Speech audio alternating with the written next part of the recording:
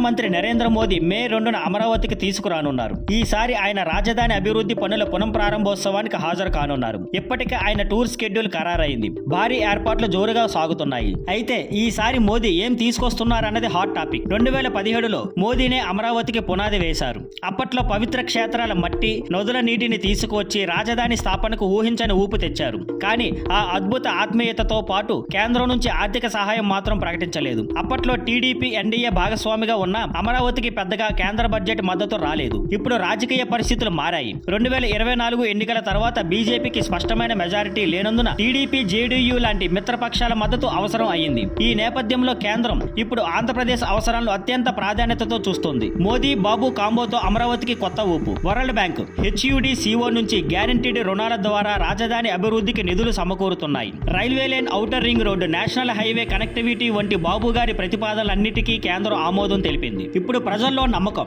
బాబు అడిగిన దానికి మోదీ నో చెప్పడు. ఈసారి భారీ ప్యాకేజీ ప్రకటించబోతున్నారా? విశ్లేషకుల అభిప్రాయం ప్రకారం మోదీ ఈ కార్యక్రమంలో అమరావతికి భారీ అభివృద్ధి ప్యాకేజీ ప్రకటించే అవకాశం ఉంది. ఈ ప్యాకేజీ ఒక్కసారిగా వస్తే అమరావతికి ధనలోపం ఉండదు. రాజధాని రూపురేఖలు పూర్తిగా మారిపోతాయి. ప్రమాదంలో ఉన్న రాజధాని ప్రాజెక్ట్ పునర్జన్మ పొందుతోంది. ఈసారి మట్టి నీరు కాదు, మోదీ చేతుల్లో ఉండబోయే ప్యాకేజీ అమరావతి భవిష్యత్తుకు నిర్ణయించబోతుంది.